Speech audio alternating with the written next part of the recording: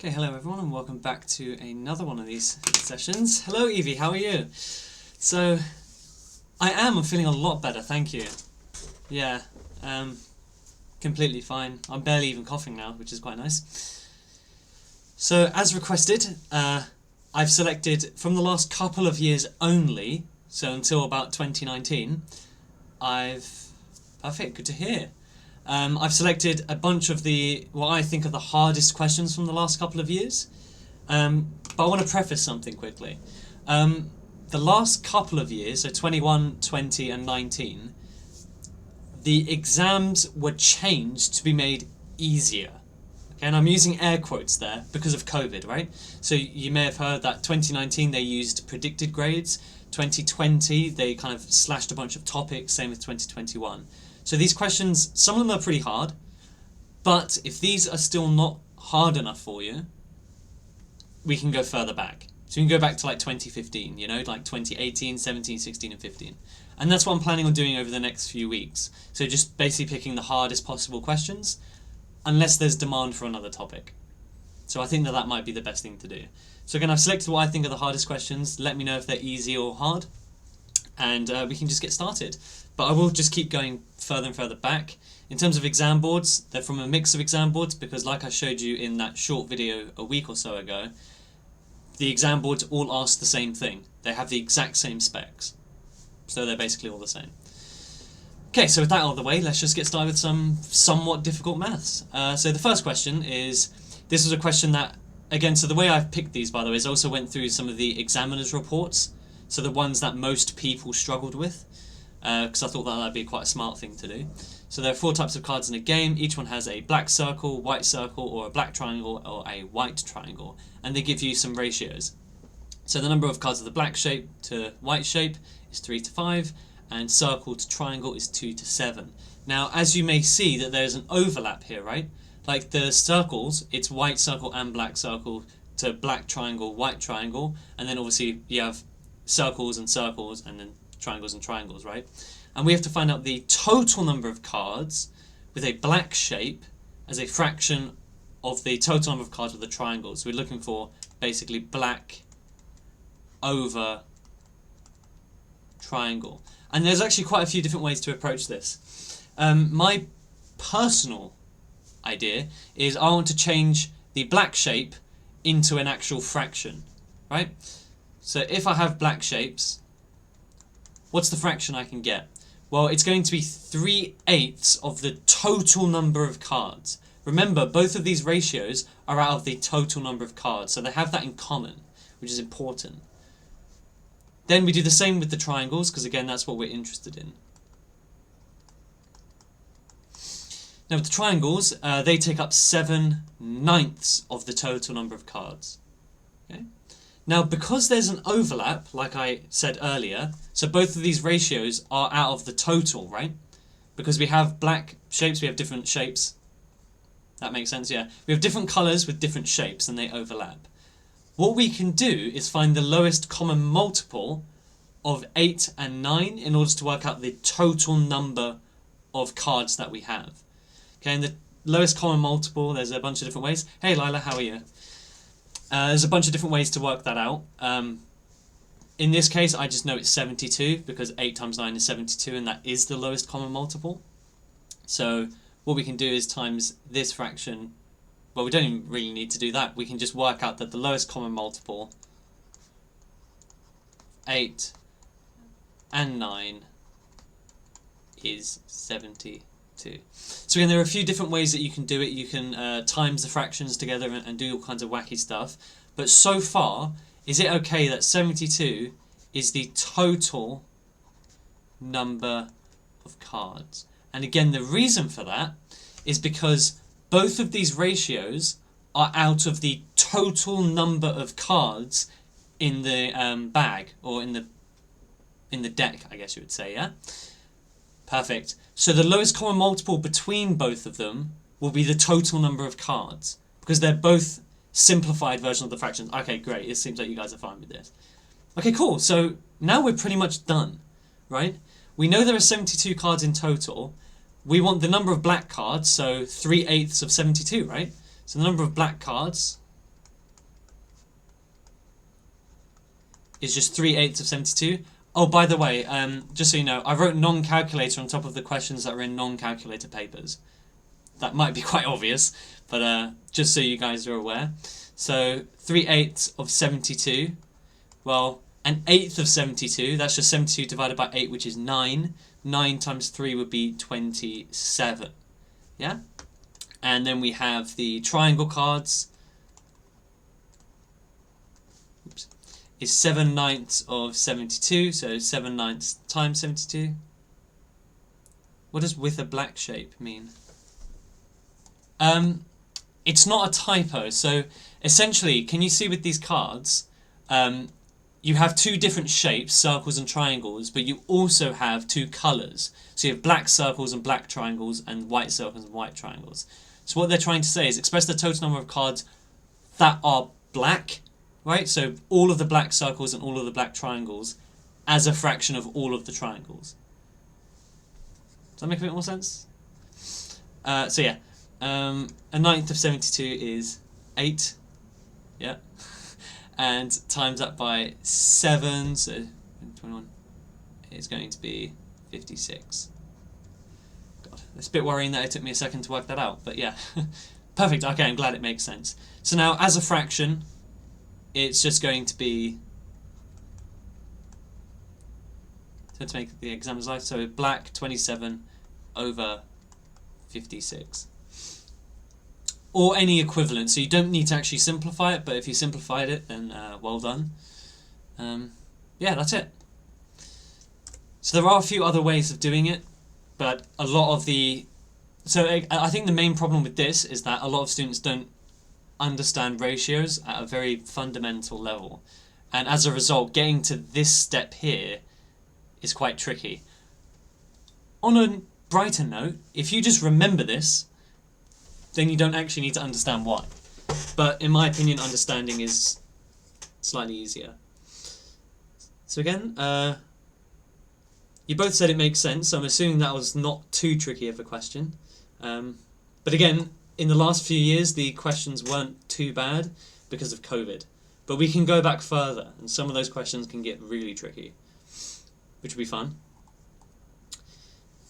So another one, I think it looks worse than what it is. So another non-calculator, we have two shaded shapes, you have A and B. B is a circle, A is a part of a sector. And we just need to find the value of x, right? But it tells me, and this is the key bit, is the area of shape A is equal to the area of shape B. So what I like to do, and again, if you're ever unsure, start working stuff out, right? So find out the value of x, you might think, okay, I have no idea what I'm doing. Right, which is reasonable, right? It's a tricky question. But what you can do is, yeah, this one's pretty good. What you can do is just start working stuff out and you get marks, okay? So this is a 5-mark question. 5-mark question. So start working stuff out. So let's work out something quite easy, the area of B. Right, I like to start with the easier stuff, so I build up a bit of momentum. So B is a circle. And to work out the area of a circle, you do pi times radius squared. Now the radius, and this is actually where some students messed up, they subbed in this as the radius. But that is actually the diameter, so you need to half it. Okay?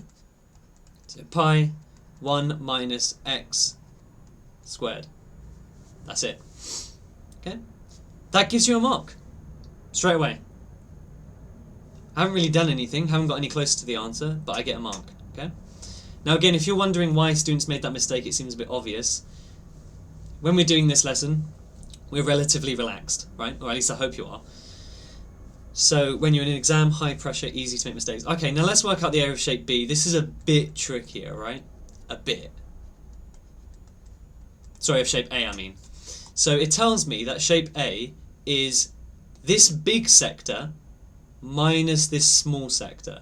So, a few things you need to remember. How do I work out the area of a sector? Well, it's important to remember that a sector, right, is just a fraction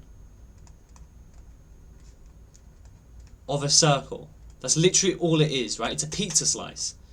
Okay? So, okay, how do I work out the area of a circle? Well, it's just pi r squared. And then all you need to do is times it by the fraction that you have. Make sense? So a sector is like a pizza slice, it's a fraction of a circle. If you know what fraction of a circle it is, all you need to do is take that fraction of the area of the whole circle, right? Cool. Now the question is, how do you do that? Well, something that they give you 99% of the time, good, is the angle, right? Now, angles in a circle are meant to be out of 360, but we have 45 degrees. So the area of this is going to be, so if we work out the area of the big sector first, right, it's going to be 45 out of 360 times pi r squared. And the radius in this case would be 2x plus 3x minus 1, so that would be 5x minus 1 squared. Yeah? Now that's not this area of A, that's the area of the whole pizza slice. Now I need to subtract the area of this smaller pizza slice. So subtract, again it's still 45 over 360, but the radius this time has changed. It's now 3x minus 1 squared. I don't know about you, but that's hideous, right? So what we can do is we can tidy it up a bit. So first of all, 45 over 360, can you see that that's just an eighth, right? 45, 90, 135, 180, and then double it so it'd be an eighth. So what I can do is I can make both of these 1 over 8, which makes it look slightly less hideous, and actually factorize out an eighth pi.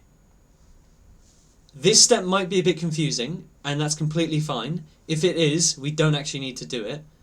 But I can pull out an eighth pi, and then just leave inside the brackets 5x minus 1 squared minus 3x minus 1 squared. I'm going to stop there. Is that bit okay, or do you want me to just leave it? Because I don't mind just ignoring it and not using that. You don't need to.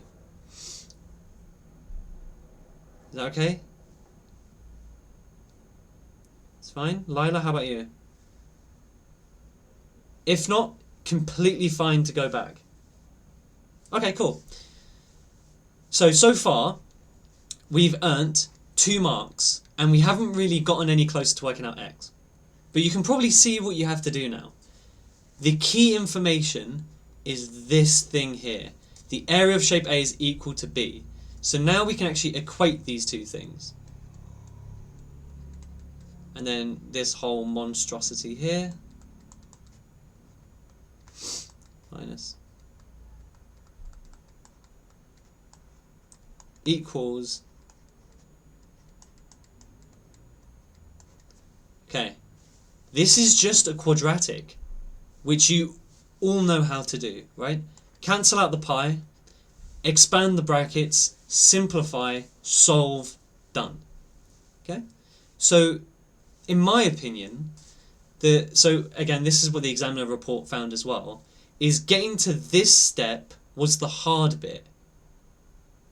From here, if students made it to here, they got the answer right, because it's just a quadratic. And we all know how to do quadratics, right? We're all fine with that. So let's start doing it. Something you might consider doing is timesing both sides by 8. The reason why you might want to do that is to get rid of the fraction here. So if I times by 8, is that okay? And that means we can actually get rid of those first set of brackets, which looks a bit nicer.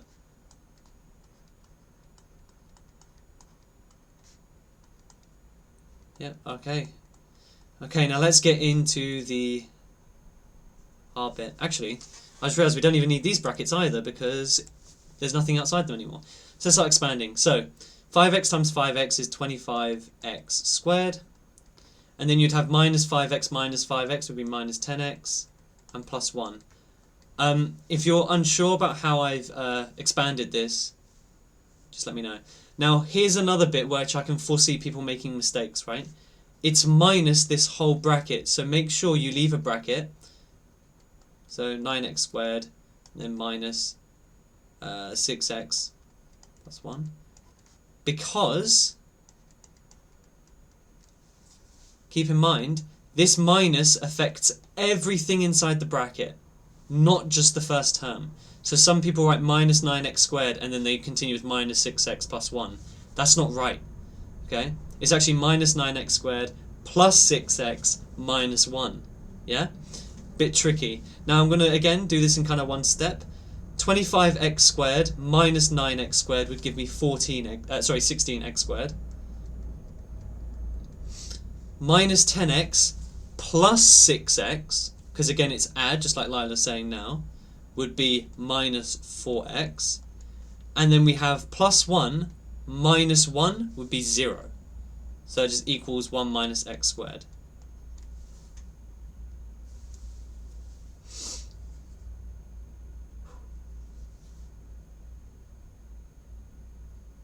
that okay so far? So if you look from the... Okay, I've made a mistake. The squared is meant to be on the outside of the bracket. You're right. I thought that was weird when I said it. I thought it was weird when I said it originally. I was like, oh yeah, it's not squared.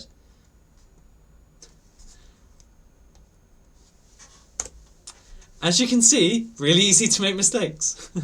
So yeah, 100% right. So just in case you guys didn't spot it, the whole bracket was squared up here, but then for some reason when I wrote it down here, I only squared the x. I don't even have an excuse. That was really stupid of me. So yeah, x squared. Thank God you saw that, by the way, because otherwise we would get a completely wrong answer. Okay, and that would be minus 2x, and then plus 1. Okay. Now all we need to do is shove this all over to one side and we're done. Have I made any other mistakes just before I...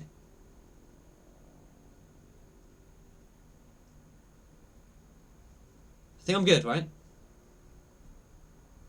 Okay, I think I'm good. Ah, well played. Thank you, Evie. I appreciate it. So if we move everything over to the left-hand side, we have 15x squared, because we have 16x squared minus x squared. Minus 4x plus 2x, so we'd have minus 2x. And then minus 1 equals 0.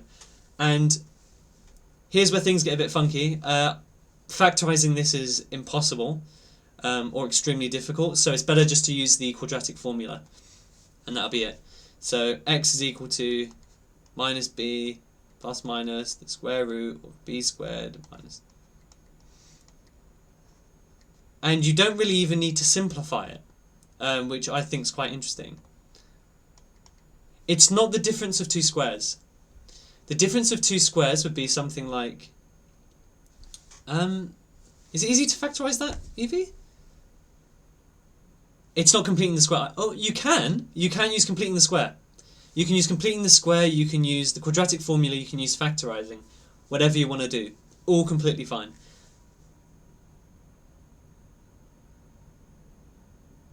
Oh yeah, of course. Oh man. I'm a bit rusty today. Wait, 15x minus 1 and what? 15x plus 1? And then, okay. Yeah. You could do that, yeah. So times to minus 15, add to minus 2. Yeah. Yeah, you're 100% right. My bad. Again. So we're looking for two numbers that times that, so it'd just be 15x squared. I know I do it a slightly longer way, but that's just because I find it easier to teach it that way. Minus 5x, and then plus 3x minus 1. Yeah, you can definitely do that.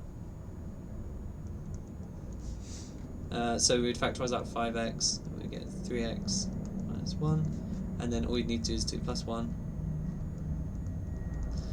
But any way you want to do it is completely fine. So you have 5x plus 1. I know, right? It's pretty good. So, yeah, well done, Evie. Well spotted, you can do it. So you can do it by quadratic formula, completing the square, or factorisation. Very well spotted. So we either have x is equal to minus 1/5, or x is equal to 1/3. But if we use our logic, it says find the value, singular. 9 times out of 10, you get rid of the negative one, right? if you want to know the reason why, let's have a think. What is x? Well, x is our diameter and it's our radius. It can't be negative. It's a length, right? So it has to be positive. So it would be x is a third in this case. And that's 5 marks. I think that was a harder question than the first one, but I think it was still doable.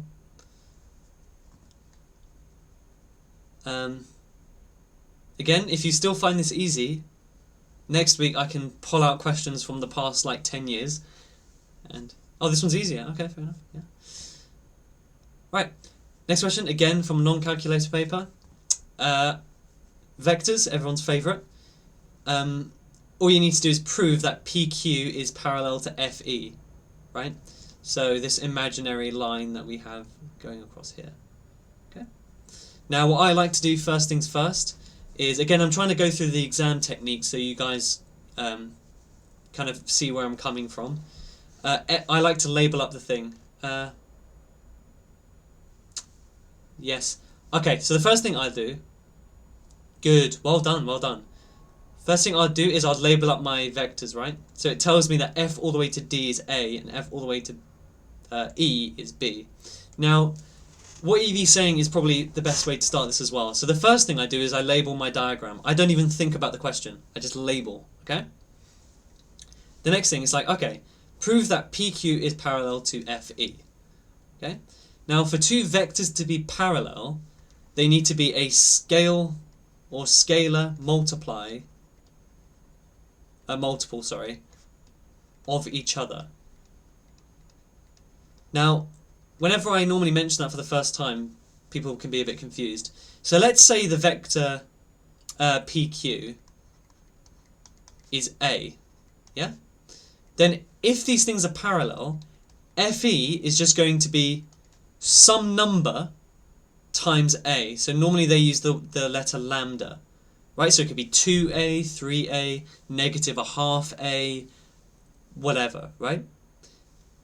However, if there is some other vector B, we know that they're not parallel because you can't have a scale multiple of each other, okay?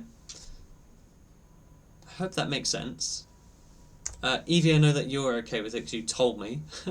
But Lila, are you okay with that? Does that make sense? I think the delay on this is pretty long as well. Okay. Cool. So in this case, we know that FE is B, right? So what we're looking for is that PQ should be some number times B, right? So all we need to do is work out what PQ is. Well, let's have a think, right? So how can I go from P to Q? A couple different ways. We can go from P to F. Then we can go F to E. And then we can go E to Q, right? By the way, there is another way to do this, obviously. You can also go P to D and then D to Q. Right? And you will get the same answer. It doesn't matter. Which way do you guys want to do? First way or second way? The second way looks shorter, so we can do that. Let's just do it, actually. So, key thing here, yeah, second, cool. Key thing here is that P is the midpoint of F to D. So to go from P to D, that is going to be a half of A, right? The reason why it's positive is because we're going in the same direction as that. Now, I don't actually know how to go from D to Q, right? So, okay, well, Q is also the midpoint, so it's going to be a half of whatever D to E is. But I also don't know what D to E is. So let's try and figure out how to figure out D to E. Okay? So, if we take a break from that, the key thing with working out vectors, right, and this is just a rule you have to remember, is you have to go through vectors you already know. So I can't go straight from D to E. So instead I have to go from D to F and then F to E. Minus A plus B. Perfect, Lila. And Evie, are you okay with that? If that it's minus A plus B?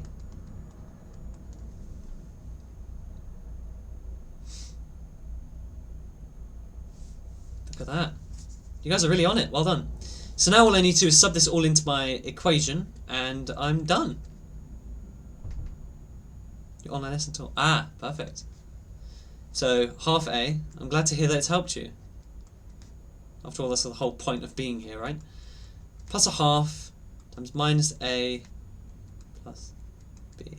Now hopefully you can see that this half a is going to cancel with this minus a half a, and we're just going to be left with a half b, which, if we look at fe, it's good. They have the same letter in common. So P to Q is just a half of F to E. So they must be parallel.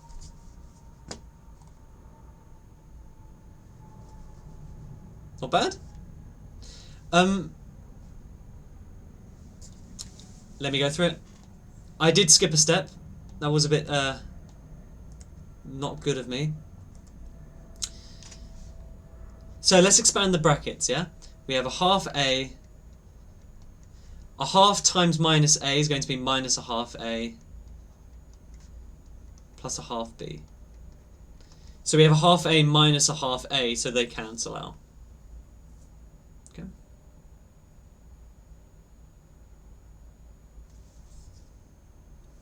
Well done for asking questions. It's really, really good.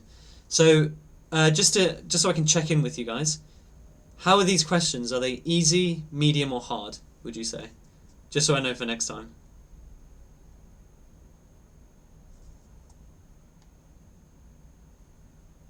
Easy. Okay. Lila, what about you? Medium? Okay, so we can go a bit harder then. Okay. Next week.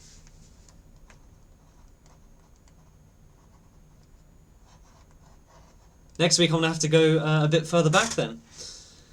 Good. I did think you'd find these relatively okay, to be honest. Okay. So. Okay. These questions come up a lot.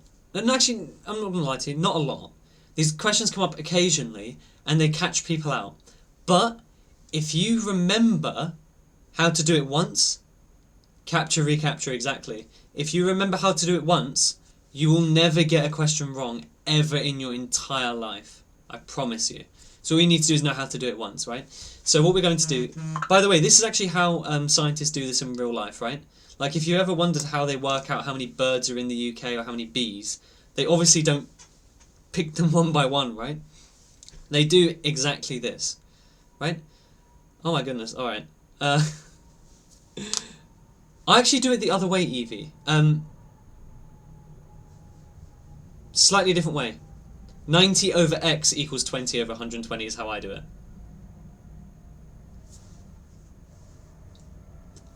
Good, okay. So yeah, this is how they do this in real life, okay? So, on Monday, they catch 90 bees, right? So we have 90 bees. Let's write down 90 bees, yeah? And she puts a mark on each bee and returns it to their hive. How do I know that? So basically my degree's in physics, and sampling is actually quite a big part of physics. So they know all sorts of weird things. But what they do is they do this exact method. They catch a certain number of bees, right? They then tag them, let them go, and then they come back later and catch them again and sees how many of them have been marked. And from there you can work out how many are in a population. It is an estimate though, as we can see in part B. There is an estimate here. Okay, so you have 90, and then what happens later is she catches 120 bees and only 20 of them have been marked, right? So in total we have 20 out of 120 have been marked. Now the assumption here is that the proportion is the same. So when she caught 90 of the bees, she tagged 90 out of n bees, where n is the total number. Right? So when she caught 90 of them, she caught 90 out of a total number of bees. Yeah? Then when she lets them go, she comes back the next day and she catches 120 of them, but only 20 have been marked. The idea here is that the proportion stays the same. assuming none of the marks have been rubbed off. Okay? And that's the mathematical trick that, I was about to call them bee people, man, that was stupid, scientists use in order to estimate the numbers of animals in a population. Because with things like insects, you can't catch all of them, right? Like with ants, there are trillions of ants. You're not going to count them, are you? You do a similar thing. You tag them. Okay? Does that logic make sense?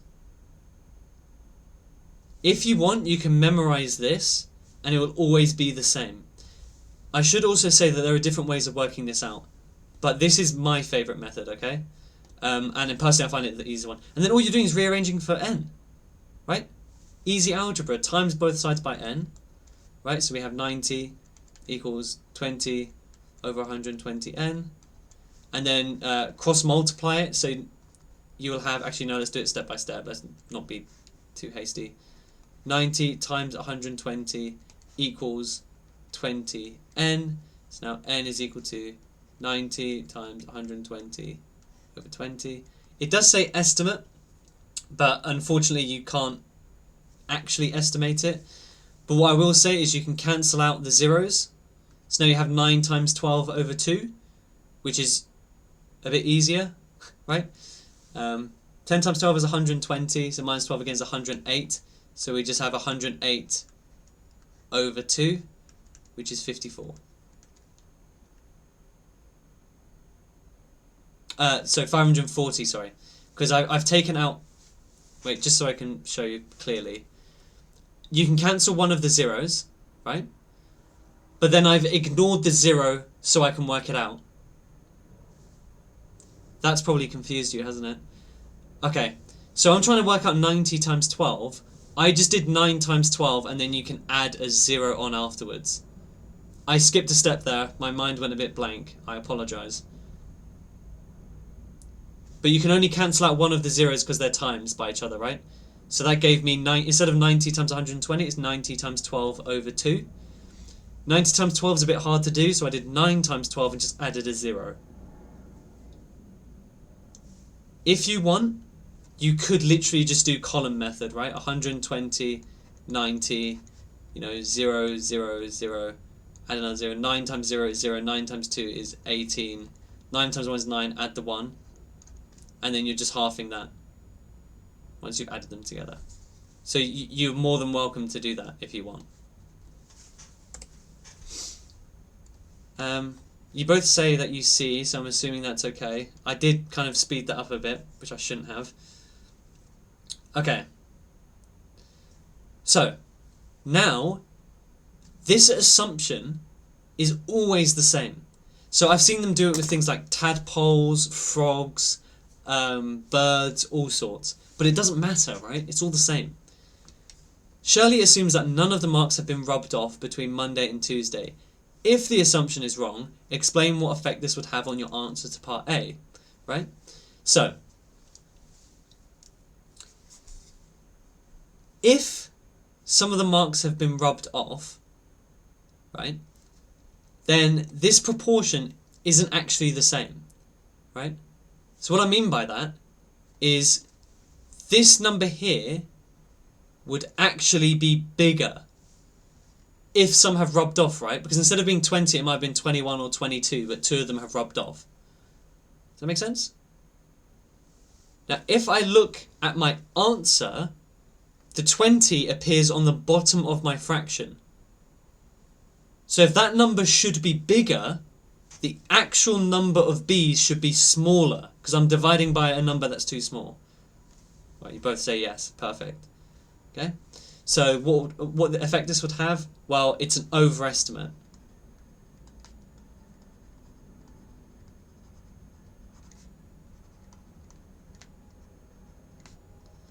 So again, this is an extremely common question to get wrong in the 2019 Edexcel paper. I know it's Edexcel because, by the way, little trick, it's Edexcel because these use curved brackets, whereas AQA use staple brackets, the square ones. Just in case you're wondering how I know. Because the actual style of question is basically the same, it's very hard to tell. It's just the way they write their marks that's different. Okay, you all okay with that? I mean, you've said yes, so I'm assuming so. Okay. And as you can see, staple brackets. So it's an AQA question.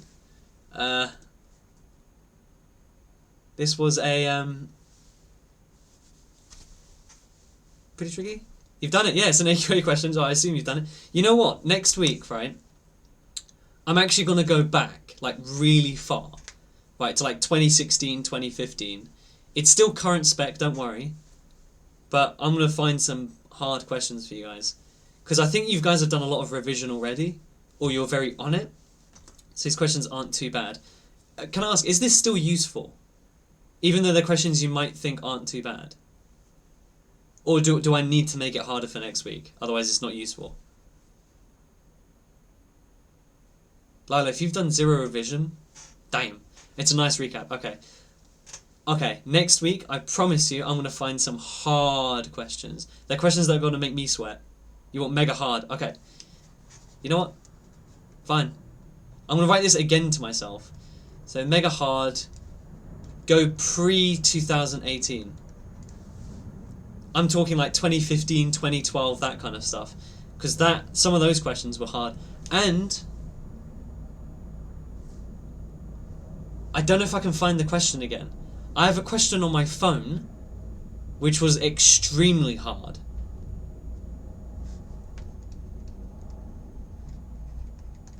Alright, I'll know what that means. That question here is like, yeah, it's called a 9, it's called a grade 9 plus, right? So what that means is it's grade 9, but it's technically above a grade 9, right? That question, by the way, it took me quite some time. It is a circle one, but I'm pretty sure you have to draw the triangle yourself. Have you done it? Did you see it on Reddit? Because that's what I found it too. Not quite. It basically. Oh yes, you're right. Yes. Have you done it? You've just done it before. Are you kidding me? Fine. You might want to just give me a list of questions you haven't done, and that might make my life a bit easier. But okay. Non-calculator paper. Vertices of a hexagon lie on a circle. Blah blah blah. Honestly, that's not too useful. Work out the shaded area. Give your answer in the form. So this looks ugly. Not too bad though. So, this shaded area, can you see that it's a pizza slice? Whoops. Little pizza slice. Minus this triangle. Can you see that? So, it's a sector minus a triangle.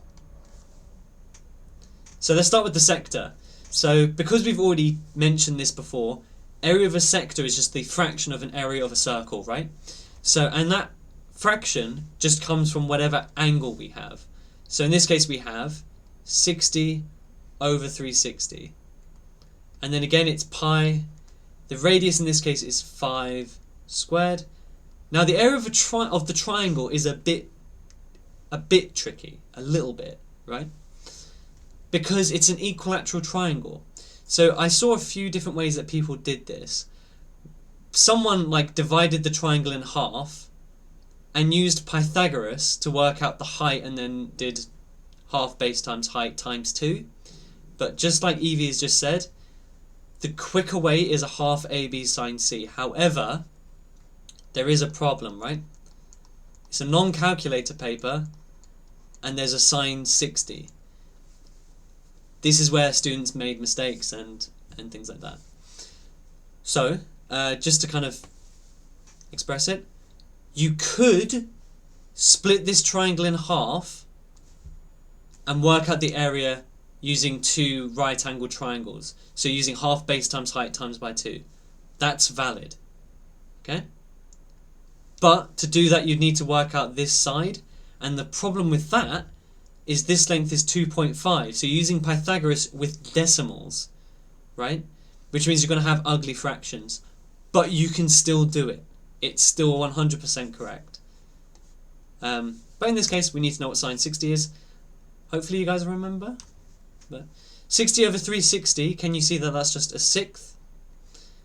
5 squared is 25, so a sixth of 25 pi, minus 5 times 5 is 25, so 25 over 2, so let's leave it as a half times 25.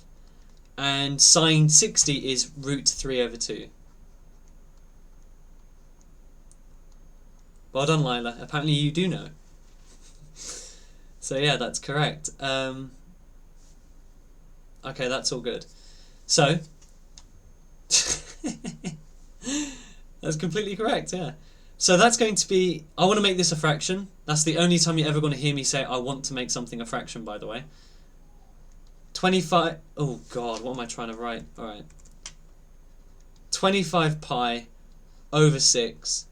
Now this as a fraction, we have 25 root 3. That is 25, yeah, okay. My handwriting's so bad I couldn't read it for a second. And a half over 2 over 4 like that. I'm going to leave you 1 second just to make sure that's okay. My handwriting was absolutely awful here, jeez. Alright. So a half times over 2 gives me the 4. And then I left the 25 next to the root 3. The reason for that is, look at the answer. It's something times pi, so 25 pi, minus b root c, so we need a number times the square root. Okay? So that is a bit tricky.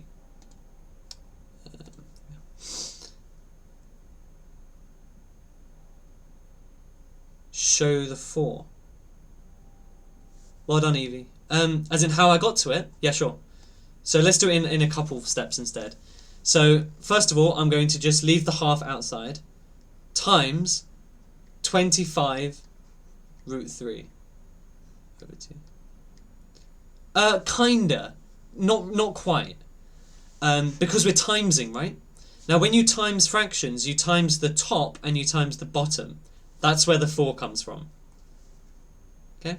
So we have 25 pi over 6 minus 1 times 25 root 3, so that's just 25 root 3. It's fine. 4. And Evie's already done it. Show off. No, I'm kidding. We need to now combine the fractions, right? And to combine the fractions, we need to make the denominators the same. The lowest common multiple of 6 and 4, hopefully you can see, is 12. If you don't know that, like if you ever get to a stage where you need to find the lowest common multiple, you can't work it out with the fraction, you don't need the lowest common multiple. All that matters is that afterwards you can cancel down. Like if I did 6 times 4 and I got 24, my bottom becomes 24, but I'll be able to cancel out the top to make it 12 again, right? That's how maths works. It's super handy in that case. So times by 2, times by 3, and then we get 50 pi over 12 minus 75 root 3 over 12, which, as Evie has just said, is going to give me 50 pi minus 75 root 3 over 12. Okay, so A is 50, B is 75, C is 3. That all works. It's completely legit. All good? Yeah.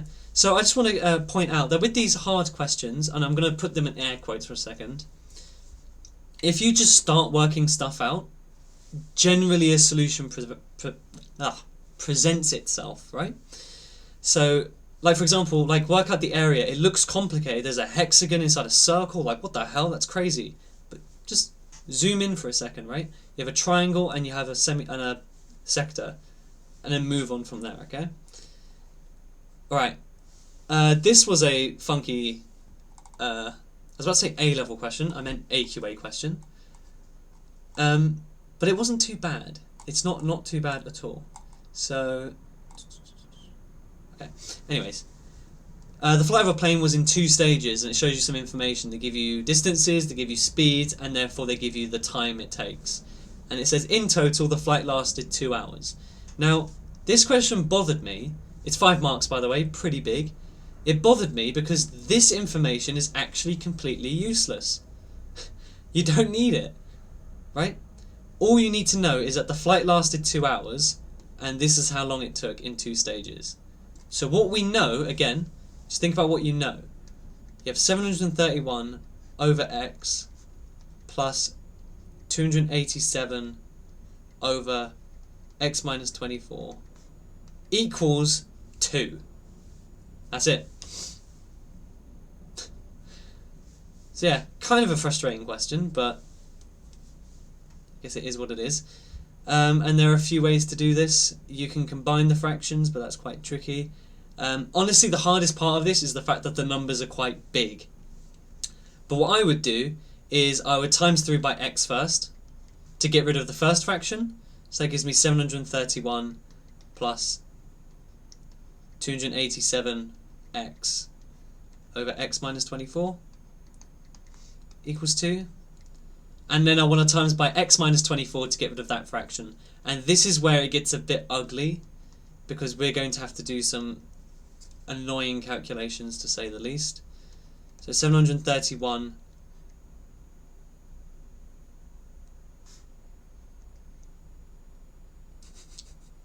man, my algebra has been really sloppy today. You're right. Oh, thank God you're here, Evie, honestly. I hope you guys know by now I'm not normally like this, yeah? I don't know what it is. I think I didn't get enough sleep. I know the moon's in the wrong place. Something's up with me. Oh, God. Equals 2x. Okay. Yeah, this time I remembered. Good. Damn. Yeah, something's up. I'm trying to think. Is there... I'm trying to think. Story of my life. Yeah, this is going to be ugly. Is there an easy way? Hold on, let me see if there's a shortcut. Move over that. Nope, I can't spot one. Basically, we're going to get a quadratic. Now, of course, the problem is, if we expand this bracket, right, 731x, we now need to times 731 by 24. Not really any easy way to do that. We just have to do it tediously. Unless you guys can spot something. I know you can times by 10, double it, and then you left over something, but I don't think that would help really.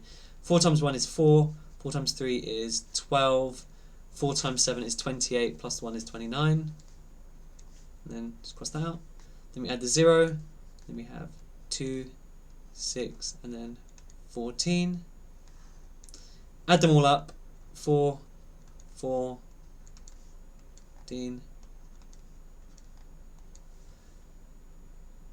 Yeah. Good lord, why is it so big? Alright. 5, 4, 4 plus. And then we have 2x squared minus 48x. Okay. And now we're going to have to do a bit of praying, unfortunately. In the sense that we're going to have to hope that things cancel down to make our lives a bit easier. On the bright side, again, there's no way we're going to factorize this, I don't think. But, you know, let's see. What can we combine? So 731 plus 287.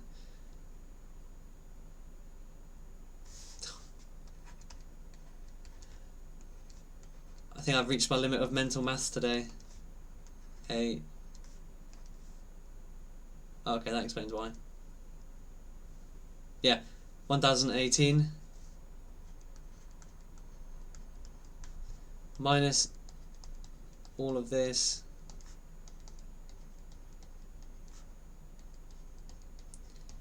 good lord. Okay, wait, yeah, this is pretty bad.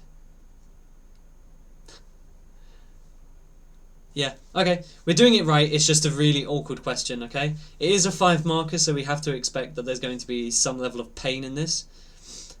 I know, that's what I was hoping for. On it, they're all even numbers, so we can half everything right now, right? The thing is, even halving this, it's still huge. It's still massive. Okay, so I want to move everything over to the right-hand side. So we have 2x squared. Then we have negative 48 minus 1018. So that's the same as just doing 48 plus 1018, then just sticking a negative. So that would be 1066 is what I meant to say. Yep. So that's negative 1066. And minus. Damn! Alright. Completing the square won't help. Lord knows that. Again, we can half everything, right? So x squared minus 533. I don't know why that was difficult for me to work out. That one's a bit harder. So 17,500. So it'd be 8,700. You know what? Screw it. I can't trust my mental maths today. Bad things are happening, so I'm just gonna take the L. 8 remainder 1. 7 remainder 1. Maybe 7. Maybe 2. Yeah. Okay.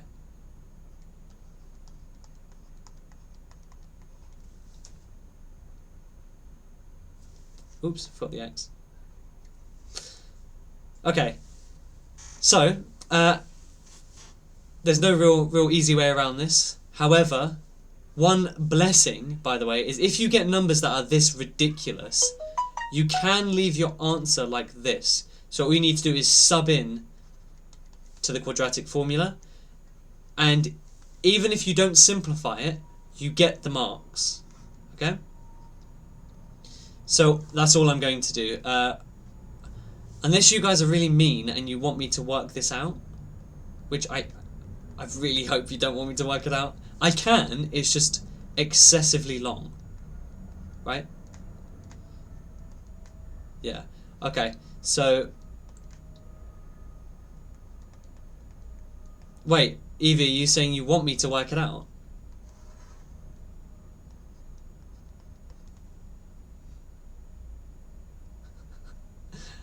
I really hope not. Okay. Let's work it out. Alright. Just trying to limber up a bit. Let's go. That's quite easy, 533. Plus minus. Right. This is where the problems start. 533 squared. You know, I wonder if I can just use a calculator so that you can't see. No, I'm kidding. I'm not going to do that. Okay. I do want to point out, though, that leaving it in terms of the quadratic formula is fine. But 3 times 3 is 9. Let's suck it up, and that's 15. This is going to give me the exact same result, so I'm just going to copy it down. 5, 1.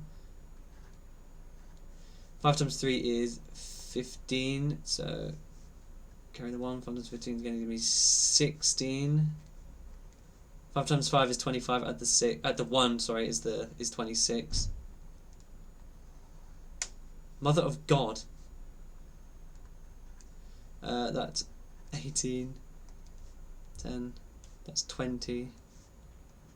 66 is 12. Plus the 2 is 14. Hey, you asked for this. You asked for this. 284,089. You really want me to do this, yeah? 284,000. You know it's good when you have a quadratic formula that has a comma in it, right? Alright. Oh, you know, I feel like I could do this in my head. Like, double it and double it again. But I know I'm going to make a mistake. I'm not in the right state of mind for that. So...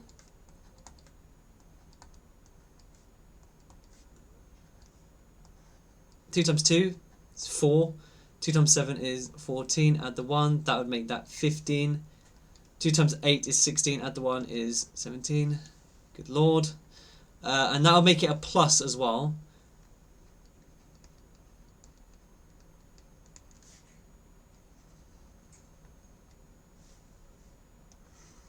I'd like to point out, Lila, this is optional suffering I'm doing right now. You can leave it as a quadratic formula. So, alright, adding those two, even just adding those two numbers is quite difficult, isn't it?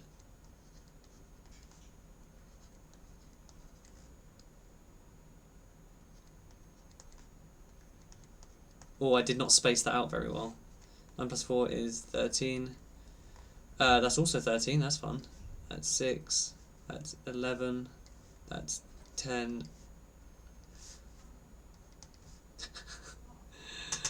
Oh, okay.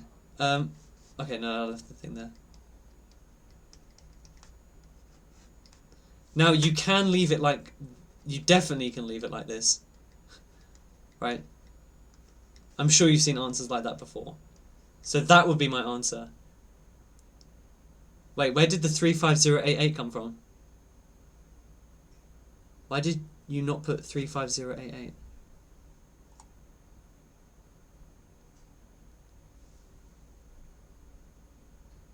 Oh, 25088. Oh.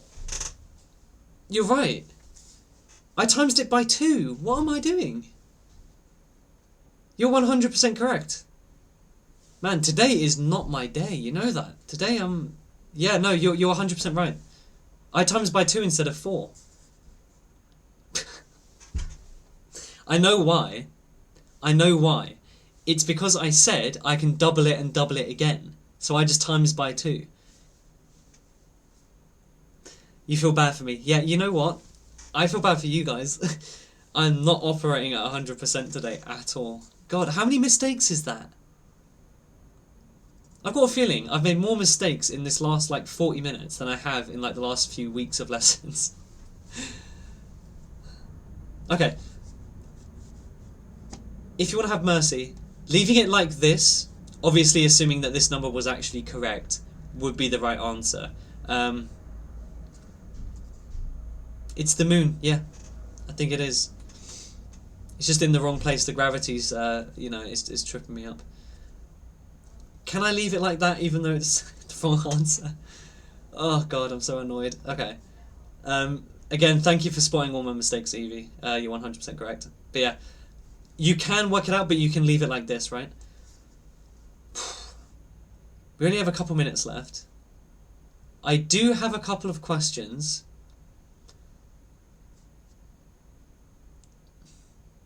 Alright.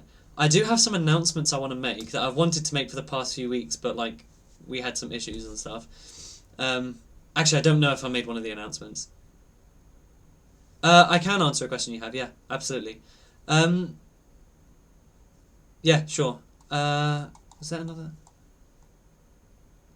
Okay, can I save these next 3 questions for next time? This question is actually pretty tricky, I'm not going to lie.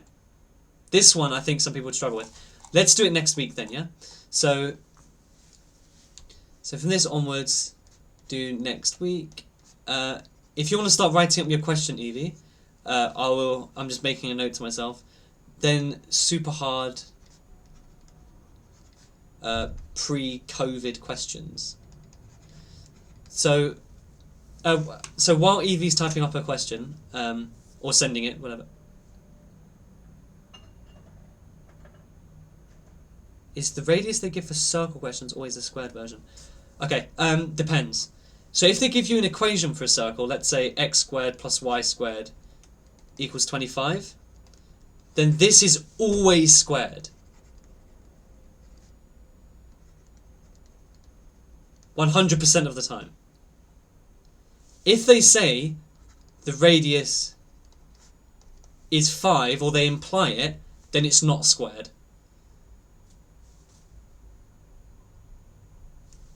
That's the. I'm assuming that's your question.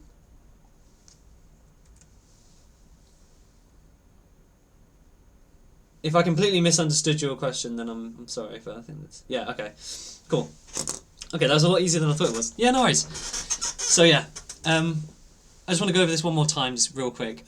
Basically, since COVID, the papers were made easier for a couple of years, right? So they skipped stuff out. Uh, if I'm being completely honest with you, I've never done the proof for the quadratic formula. I assume you would do it in uni maths, but I did A-level maths, I never did it. I've studied A-level further maths for tutoring and stuff, never did it. In university physics, I never did it. But if he showed you the proof, that's kind of cool, I guess. Kinda. But yeah, so essentially for the past few years, the most recent exam papers are a bit easier. And I'm using air quotes because I know 2022 the papers were very hard, right? Again, they're changing that for the past year and obviously for next year.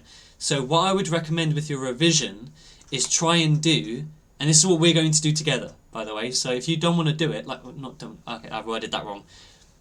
If you want to focus on the more recent past papers, you're more than welcome to.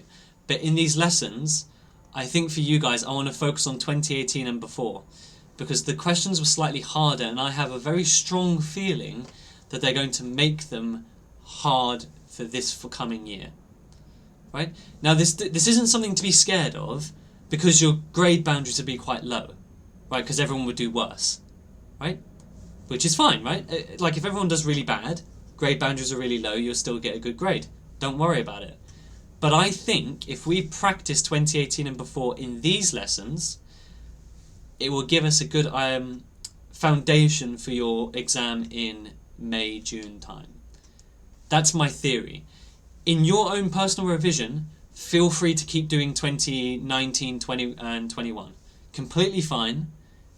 But I have a very, very strong suspicion, which is also why they made that threatening announcement of not giving you a formula sheet, even though they probably are giving you a formula sheet now. They want to step it up. They want to step up the difficulty. The main reason is that when people go to university, there's a certain level of maths that they expect you to know. Same with A-levels. So they want to make it slightly harder. Okay? How do you even do personal revision? Honestly, with the stage you're at, I'd recommend start doing past papers. But do it from Edexcel, Educas, AQA, do all of them. But it's mainly just finding questions and doing them. Yeah, good. If you're up for a challenge, yeah, I can show you some really challenging questions, which will really develop your math skills in general. Getting better at maths is obviously a good way to study. But yeah. Okay. Announcements. A couple of things. 3 main things. 1, this is my last week at school, so I'm assuming it's your last week at school as well. So I'm still going to be doing lessons every Tuesday. Don't feel obligated to join. I know it's Christmas, you want a break, you deserve a break. I want you to know that. You probably won't hear it from many people. You deserve a break. GCSEs are very hard. So feel free to watch them afterwards, right? Like when you come back to school, feel free to watch them then. You don't have to join in live, completely fine, don't worry about it, okay? Feel free to watch them afterwards. I also upload edited versions after the fact as well, so you can just watch those if you want. No obligations, don't worry about it. 2, this sounds a bit like an oxymoron now. I would appreciate it if you guys would kind of share around the videos. The reason for that is it helps me a lot. If you could do that. And if you're honest, but first of all, only do it if you find it useful, right? If you don't think your friends will benefit, then don't worry about doing it. Which software do I use? Good question. So from this, I use Microsoft OneNote, and I use a graphics tablet, so that allows me to write on stuff. And I'm using OBS as streaming software. I also have like a HD webcam and a pretty decent mic. Okay, I'm just pause for a sec. So Lila, past papers make me so stressed out as I forget everything, like what a modal class is. Good, right? It's good that you're doing that now rather than later. You have like 6-7 months until your exam, right? It's good that you're forgetting stuff now rather than later. Practice, practice, practice, okay?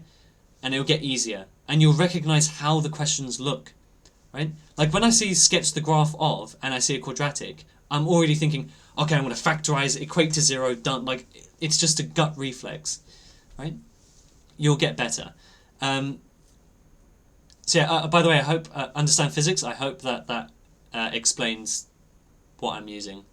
So yeah, OBS and also Microsoft OneNote with a graphics tablet. I'll join all your live lessons till maths exam. Yeah, I mean I figured I wouldn't expect you to join afterwards, but yeah, if you could share it around, that would help me out a lot. I also like it when there's like lots of people. You know, I like people.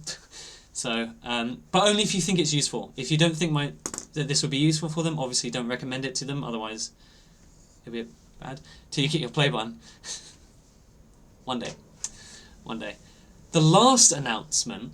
I actually forgot I did this, but earlier in the year, I actually made predicted exam papers for Edexcel and AQA, Higher and Foundation. I made like 3 paper 1s, 3 paper 2s, and 3 paper 3s. And the reason why I did this is I actually was going to sell them originally, but also because I tutor people and I wanted to help them out. They ran out of exam papers to do, so I gave them predicted exam papers, and apparently they were pretty good. Apparently. So what I was thinking of doing is, so you can see what they are, I was thinking of doing a video or a live stream where I go through one of the papers, right? And if it looks like something you're interested in, then maybe we can do something afterwards, yeah. But they are predicted, right? So they're what I personally think the exam will look like. Because I'm pretty sure this year, no one actually knows, right? Because they haven't decided yet, because they're annoying. I'm pretty sure this year it will be a proper, full paper, okay? No topics missing, no nothing.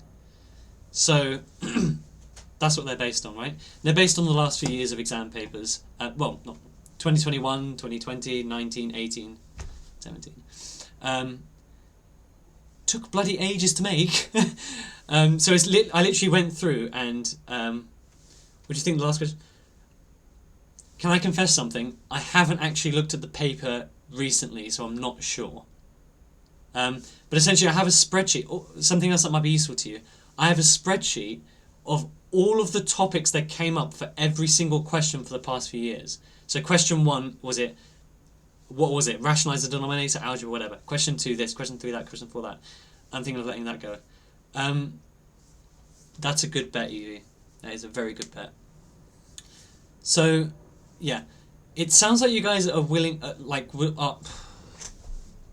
it sounds like you guys are interested in the predicted papers, and also would you be interested in the spreadsheet of all of the different topics that came up in every single question? Yeah, okay. Okay, perfect. So one thing of doing then is just doing a video where I go through one of the papers I made, and then from there we can see what's up. You two are both AQA, so I'll do the AQA one. I also have them for Edexcel. Some of them, so I basically recorded answers and mark schemes for all of them as well, by the way. So I've literally gone through every question and I wrote out answers while talking over it, but I also have a mark scheme for it too. So it's pretty much a complete thing. So yeah. Okay, cool. I just wanted to get your guys' opinion on that. But other than that, next week we'll finish off the 3 questions I have left, which were pretty tricky, and then we'll just do super hard pre-COVID questions, and I think that'd be good. And then at some point I'll do the predicted papers too. Again, now that from Friday I'm going to be off. Should be a millionaire for all that work. That's the dream, Lila. That's the dream. One day. But yeah, I do appreciate your guys' support. You've been very lovely to teach and help out and like interact with. But yeah, since I'm finishing on Friday, I will have a lot more time to upload more stuff. Again, don't worry about watching it. You don't have to. But it will be there for January, okay? But I'll upload like a bunch of different stuff. I may even start doing GCSE science as well, if I can. If I can. So yeah. Yeah, you're very welcome, both of you. Thank you, that's very nice to hear. I really appreciate that. Yeah, other than that, I'll let you guys get on with your evening, and I will see you in whatever the next one that you join is. That was English, sure. But yeah, I hope you guys, if I don't see you over the half term, have a nice break. Exactly. Thank you, Evie. Enjoy your break. Relax for quite a bit, and then we can hit the books quite hard in January and get those 8s and 9s, right? Definitely. Yeah. I definitely should have stopped recording.